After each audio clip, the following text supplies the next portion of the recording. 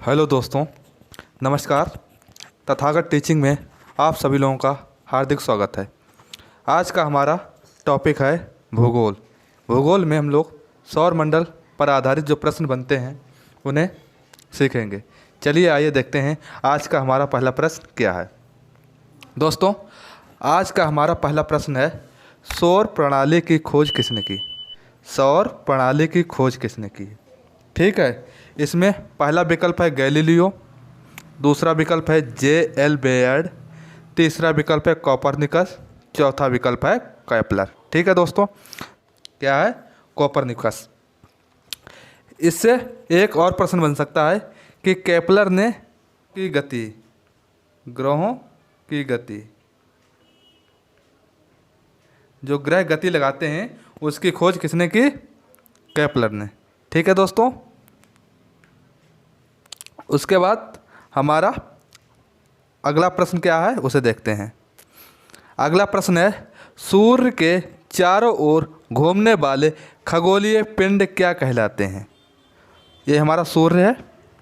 ठीक है, ये हमारा सूर्य है। ये इसके चारों तरफ जे घूम रहा, जे है, जे है, जे है। ठीक है, जे घूम रहा है, जे मतलब इसके चारों इधर ऐसे गति कर रहे हैं। तो इन खगोलीय पिंडों को क्या कहा जाता है? ग्रह कहा जाता है, उपग्रह कहा जाता है, क्षुद्र ग्रह कहा जाता है या पुच्छल तारे। तो सूर्य के चारों तरफ घूमने वाले खगोलीय पिंडों को ग्रह कहते हैं। क्या कहते हैं? ग्रह। ठीक है, अगर आपसे प्रश्न पूछता है ग्रहों की कुल संख्या कितनी होती है, तो ग्रहों की कुल संख्या होती है 8। कितनी? 8। ठीक है, ग्रहों की कुल संख्या कितनी होती है? 8। इसके बाद हम लोग अपना अगला प्रश्न देखेंगे क्या है। अगला प्रश्न हमारा है, सूर्य से बढ़ती दूरी के अनुसार ग्रहों का सही क्रम। ये सूर्य है, फिर धीरे धीरे ग्रह हैं, तो इनका सही क्रम क्या है? तो दोस्तों, इनका सही क्रम क्या? मान लीजिए ये सूर्य है। ठीक है, ये सूर्य है अपना। ठीक है, इसके बाद कौन सा ग्रह है हमारा? बुध। कौन सा है? बुध। तो इन विकल्पों में देखिए। ठीक है, तो यहाँ पर पहला विकल्प है बुध, शुक्र, पृथ्वी, मंगल। दूसरा विकल्प है बुध, पृथ्वी, मंगल, शुक्र। तीसरा विकल्प है बुध, मंगल, पृथ्वी, शुक्र। चौथा विकल्प है बुध, मंगल, पृथ्वी, शुक्र। तो आइए देखते हैं यहाँ पर पहला है क्या हमारा? सूर्य यहाँ पर दिया। ठीक है, उसके बाद देखते हैं बुध के सूर्य के बाद जस्ट सूर्य के पड़ोस में कौन सा ग्रह है? बुध। कौन सा है? बुध। तो बुध इसमें भी है, इसमें भी, इसमें भी, इसमें भी। ठीक है, उसके बाद देखते हैं बुध के अगला वाला ग्रह कौन सा? शुक्र। यहाँ पर कौन सा ग्रह? शुक्र। तो शुक्र इसमें है, इन विकल्पों में शुक्र नहीं, तो हमारा कौन सा सही हो जाएगा? जी। ठीक है, यहाँ पर केवल 4 ग्रह दिए हुए, केवल 4 ग्रह। कहाँ तक? मंगल तक। अगर आपसे और आगे सीरीज पूछता है कौन कौन से ग्रह, तो अगला ग्रह कौन सा है? बृहस्पति। तो इसके आगे, मंगल के आगे क्या हो जाएगा? बृहस्पति। ठीक है, फिर उसके बाद आगे क्या है? शनि। तो बृहस्पति के बाद कौन सा हो जाएगा? शनि। ठीक है, फिर कौन सा है? अरुण। अरुण। उसके बाद कौन सा है? वरुण। तो इनका सही क्रम क्या बना?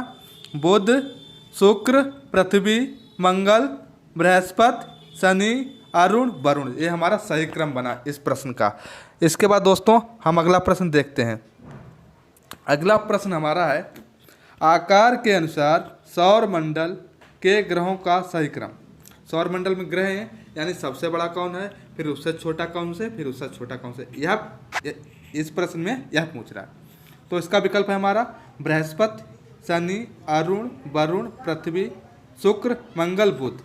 यह विकल्प है, या दूसरा विकल्प है बृहस्पति, शनि, वरुण, अरुण, पृथ्वी, शुक्र, बुध, मंगल।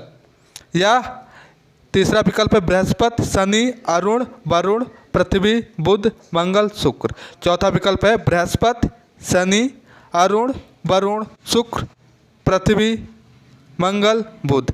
तो इन विकल्पों में सही जवाब क्या होगा, ये देखते हैं। सबसे बड़ा कौन सा ग्रह है? जे। ठीक है, कौन सा? बृहस्पति। उसके बाद कौन सा ग्रह है? जे वाला। कौन सा? जे। देखिए, ठीक है, जे कौन सा? शनि।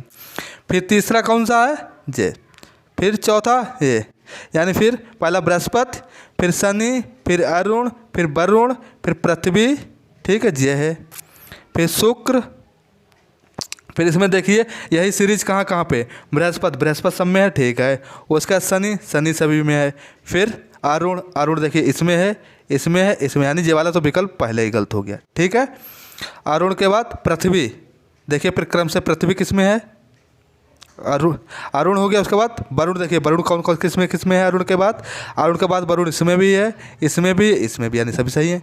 फिर वरुण के बाद देखिए पृथ्वी किन किन विकल्प में, पृथ्वी इसमें भी है और इसमें भी है। अब यहाँ पर है शुक्र, तो ये वाला विकल्प भी गलत हो गया। फिर पृथ्वी के बाद कौन सा ग्रह है, शुक्र। तो शुक्र देखिए किस में, पृथ्वी का शुक्र इसमें भी है, ये तो कट ही गया, इसमें बुध है, तो ये वाला भी नहीं है। तो हमारा विकल्प कौन सा सही हो जाए, ये वाला हमारा आंसर सही है, ठीक है। पहला विकल्प हमारा सही है। इसके बाद दोस्तों हम देखते हैं अपना अगला प्रश्न। कौन सौर मंडल का भाग नहीं है, कौन सौर मंडल का भाग नहीं है। क्षुद्र ग्रह भाग नहीं है, धूमकेतु भाग नहीं है, ग्रह भाग नहीं है, नीहारिका। सौर मंडल में दोस्तों क्षुद्र ग्रह भी पाए जाते हैं, धूमकेतु भी पाए जाते हैं और ग्रह भी पाए जाते हैं। तो और कौन सा नहीं पाया जाता है दोस्तों, नीहारिका। कौन सा, नीहारिका नहीं पाया जाता है। अगला प्रश्न है, अंतरिक्ष में कुल कितने तारामंडल है। अंतरिक्ष में कुल कितने तारामंडल हैं। दोस्तों इस प्रश्न का सही जवाब क्या होगा, 87 होगा, 88 होगा, 89 होगा या 90। इस प्रश्न का सही जवाब क्या होगा दोस्तों, इस प्रश्न का सही जवाब है 89। क्या है, 89, ठीक है। इसके बाद देखेंगे अगला प्रश्न क्या है। अगला प्रश्न हमारा है, निक्स ओलंपिया कोलंबस पर्वत किस ग्रह पर स्थित है। निक्स ओलंपिया कोलंबस पर्वत किस ग्रह पर स्थित है। इस प्रश्न का सही जवाब क्या होगा दोस्तों, बुध होगा, शुक्र होगा, पृथ्वी होगा, मंगल होगा। इस प्रश्न का सही जवाब क्या होगा दोस्तों, इस प्रश्न का सही जवाब है मंगल। क्या है, मंगल, ठीक है। इसके बाद अगला प्रश्न देखेंगे क्या है।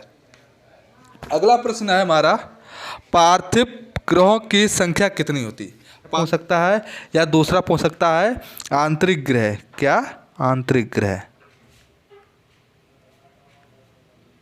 ठीक है। इनकी संख्या, तो इनकी संख्या कितनी है दोस्तों, 4। कितनी है, 4। अगर आपसे इन आंतरिक ग्रहों की संख्या तो पूछेगा तो 4 बताओगे, अगर नाम पूछे तो क्या बताओगे आप लोग, इनका नाम होगा, पहला है बुध, ठीक है दोस्तों, पहला है बुध। उसके बाद अगला है शुक्र, इसके बाद अगला है पृथ्वी, फिर अगला है मंगल, ठीक है दोस्तों। अगर आपसे पूछे पार्थिव ग्रहों की, यहाँ से दोस्तों एक प्रश्न और पूछता है, पार्थिव ग्रह मतलब आंतरिक ग्रह, और दूसरा पूछेगा आंतरिक मतलब अंदरूनी, अंदर के। अगर आपसे पूछे बाह्य ग्रह, कौन से, बाह्य या बृहस्पति ग्रह, ठीक है, बृहस्पति ग्रह। इनकी संख्या पूछे तो 4 तो उधर हो गए और 4 इधर, कितने हो गए, 8। टोटल ग्रह कितने होते हैं, 8, तो 8 हो गए। अगर इनका नाम पूछे तो क्या लिखोगे आप लोग, पहला बृहस्पति, ठीक है। दूसरा क्या लिखोगे, शनि। फिर तीसरा लिखोगे अरुण, और चौथा क्या लिखोगे, वरुण, ठीक है, बाह्य ग्रह। इसके बाद हमारा अगला प्रश्न क्या है उसे देखते हैं। किन 2 ग्रहों को छोड़कर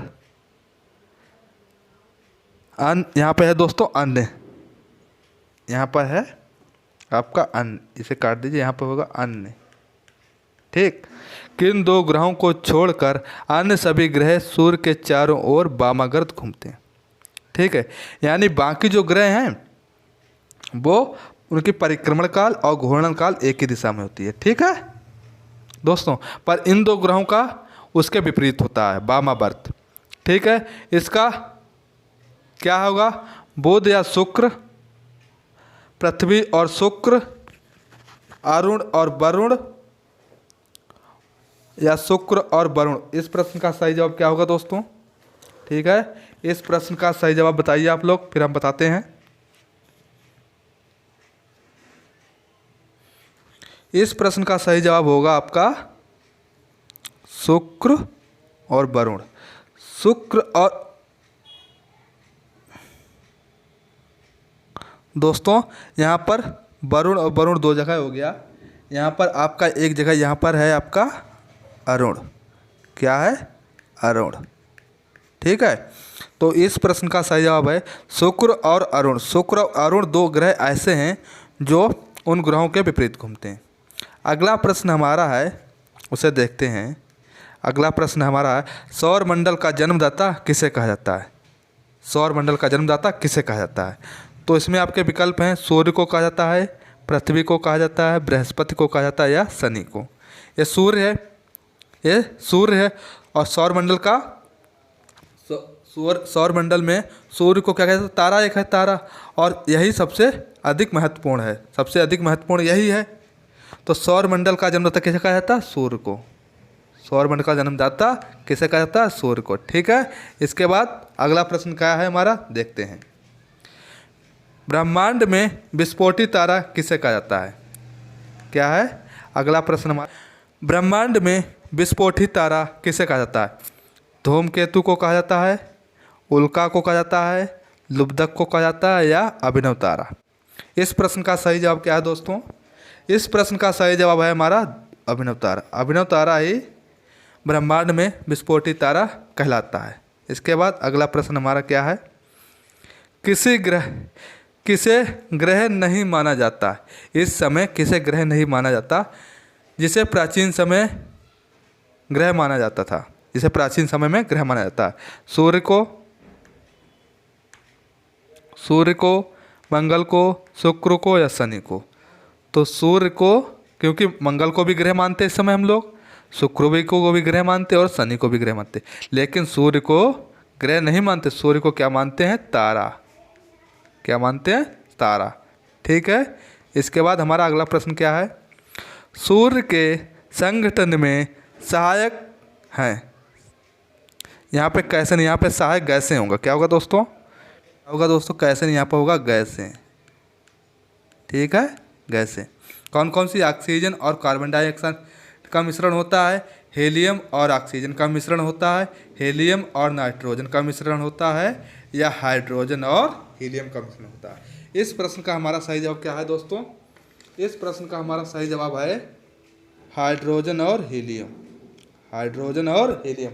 अगर आपसे पूछता है सौर मंडल में हाइड्रोजन की मात्रा कितनी है और सौर मंडल में हीलियम की मात्रा कितनी, तो क्या बताओगे आप लोग? 71% क्या है?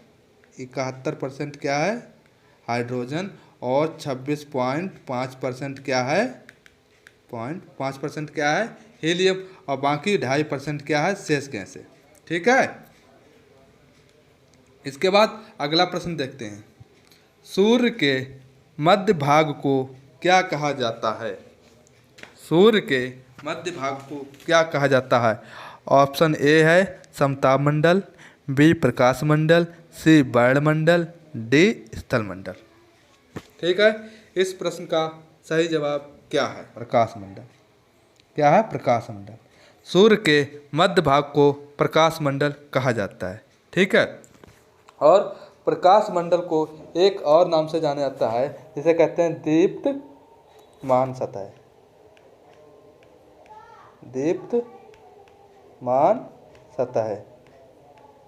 ठीक है दोस्तों, इसके बाद यहाँ से एक प्रश्न और बनने की संभावना रहता है। जो वायुमंडल है, वायुमंडल, इसे सूर्य का ऊपरी भाग कहा जाता है। सूर्य का ऊपरी भाग क्या कहा जाता है दोस्तों?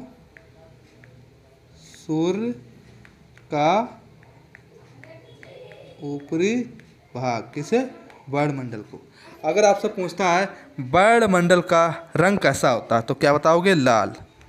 कैसा? लाल। वायुमंडल का रंग कैसा होता है? लाल। ठीक है, इसके बाद देखते हैं अगला प्रश्न हमारा। सूर्य सदैव पूर्व में निकलता है क्योंकि पृथ्वी पश्चिम से पूर्व की ओर घूमती है। दूसरा विकल्प, पृथ्वी पूर्व से पश्चिम की ओर घूमती है। दोस्तों अगला प्रश्न हमारा है, सूर्य सदैव पूर्व में निकलता है क्योंकि पृथ्वी पश्चिम से पूर्व की ओर घूमती है। दूसरा विकल्प, पृथ्वी पूर्व से पश्चिम की ओर घूमती है। तीसरा विकल्प, यह पूर्व में स्थित है कौन? सूर्य। सूर्य पूर्व में स्थित है। चौथा विकल्प, कोई नहीं। इस प्रश्न का सही जवाब क्या है हमारे दोस्तों? पृथ्वी हमारी जो है, पृथ्वी जो है वो किस तरह से घूमती है? पश्चिम से पूर्व की ओर। पश्चिम से पूर्व की ओर पृथ्वी घूमती है, इसीलिए सूर्य हमेशा सदैव पूर्व से निकलता है। ठीक है, अगला प्रश्न हमारा क्या है? एक ग्रह को अपने कक्ष में सूर्य से अधिकतम दूरी को कहा जाता है, क्या कहा जाता है? ठीक है दोस्तों, इस प्रश्न को, जैसे कि ये सूर्य है, ये सूर्य है, ठीक है, यहाँ पर दो स्थितियाँ बनेगी, या तो कोई ग्रह इसके नज़दीक होगा या तो सबसे अधिकतम दूरी पर। अगर सबसे अधिकतम दूरी पर जब ग्रह होता है, सबसे अधिकतम दूरी पर जब ग्रह होता है तब कौन सी स्थिति बनती है? और सबसे न्यूनतम दूरी पर बनता है, जब सबसे न्यूनतम दूरी पर कोई ग्रह आता तब कौन सी स्थिति बनता है? जब सबसे अधिकतम दूरी पर कोई ग्रह पहुंचेगा उस स्थिति को कहते हैं अपसौर। क्या कहते हैं? अपसौर। और ऐसी स्थिति पृथ्वी, यानी जब पृथ्वी के साथ होता है जब एक घटना, तो वो कौन सी तिथि होती है? 4 जुलाई। 4 जुलाई, ठीक है। और पृथ्वी जब सबसे इसके निकट होती है, पृथ्वी सबसे निकट इसके होती है, उसको क्या कहा जाता है? उपसौर, यानी सबसे निकट। यहाँ से आता है प्रश्न, तो इसे क्या कहेंगे? निकट। पृथ्वी सबसे निकट। और यह घटना किस तारीख में होती है? 3 जनवरी को। 3 जनवरी को, ठीक है दोस्तों। उसके बाद एक चीज़ देखिए, ये रेखा है ये वाली और यही रेखा इस वाली है, ठीक है। अगर आपसे पूछता है उपसौरिक एवं अपसौरिक, यानी ये अपसौर वाली रेखा है, ठीक है, और ये उपसौर वाली रेखा है। उपसौरिक एवं अपसौरिक रेखा को मिलाने वाली काल्पनिक रेखा, मान लीजिए इस रेखा को इस तरह से मिला दिया जाए, इसे काल्पनिक रेखा बन जाएगी। इस काल्पनिक रेखा को किस नाम से जाना जाता है? तो इसका नाम दोस्तों क्या हो जाता है? एप्साइड रेखा। क्या? एप्साइड रेखा। एप्साइड रेखा। ये प्रश्न दोस्तों बन चुका है, ठीक है। इसके बाद हम लोग देखेंगे अपना अगला प्रश्न। किन किन के बीच की औसत दूरी को खगोलीय दूरी कहा जाता है? यानी किन के बीच की दूरी को, यहाँ पर दोस्तों है, यहाँ पर एक बार किन है, ये काट दीजिए। किन के बीच की औसत दूरी को खगोलीय दूरी कहा जाता है? पृथ्वी तथा सूर्य के बीच की दूरी को, मान लीजिए ये सूर्य है, ये पृथ्वी है और ये सूर्य, इनके बीच की दूरी खगोलीय दूरी कहलाती है। पृथ्वी तथा चंद्रमा, बृहस्पति तथा सूर्य, प्लेटो तथा सूर्य। तो दोस्तों यहाँ से बनता है पृथ्वी तथा सूर्य के बीच की दूरी जो होती है उसे क्या कहते हैं?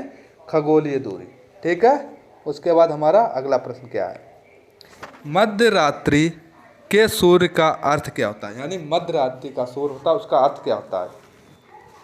उसका संध्या प्रकाश, उदयमान सूर्य, बहुत चमकदार चंद्रमा, सूर्य का ध्रुवीय व्रत में देर तक चमकना। यानी सूर्य है वो ध्रुव पर देर तक चमकेगा तो उसे मध्य रात्रि का सूर्य कहता है। तो दोस्तों इस प्रश्न का सही जवाब क्या है? ये डी ऑप्शन हमारा कौन सा है? डी। सूर्य का ध्रुवीय व्रत में देर तक चमकना मध्य रात्रि का सूर्य का अर्थ होता है दोस्तों। और ये घटना कहाँ पर होती है? किस क्षेत्र में दिखाई पड़ता है? ये घटना किस क्षेत्र में दिखाई पड़ती है दोस्तों? किस क्षेत्र में? अगर आपसे पूछता है मध्य रात्रि के सूर्य जो चमकता है वो किस क्षेत्र में यह घटना दिखाई पड़ती, तो क्या कहोगे? आकृतिक क्षेत्र। कौन सा? आकृतिक क्षेत्र, ठीक है दोस्तों। उसके बाद अगला प्रश्न हमारा क्या है? सूर्य में काला धब्बा क्या होता है? सूर्य में एक काला बड़ा छेद है। सूर्य में एक बड़ा काला छेद है। Option number B 2। दिन के दौरान धब्बे ऊर्जा स्रोत करते हैं। धब्बे के स्थान हैं जो प्रकाशित उत्सर्जित में असमर्थ हैं, यानी प्रकाश उत्सर्जित करने में असमर्थ है, या कोई नहीं। इस प्रश्न का सही जवाब क्या है दोस्तों? इस प्रश्न का सही जवाब हमारा है ऑप्शन नंबर 3। धब्बे के स्थान जो हैं वहाँ से प्रकाश का उत्सर्जन करने में असमर्थ होता है, वहाँ से प्रकाश नहीं होता है। तो दोस्तों आज के हमारे प्रश्न यहीं तक थे। कल आप लोगों से एक नई कक्षा के साथ फिर से मुलाकात होगी। धन्यवाद।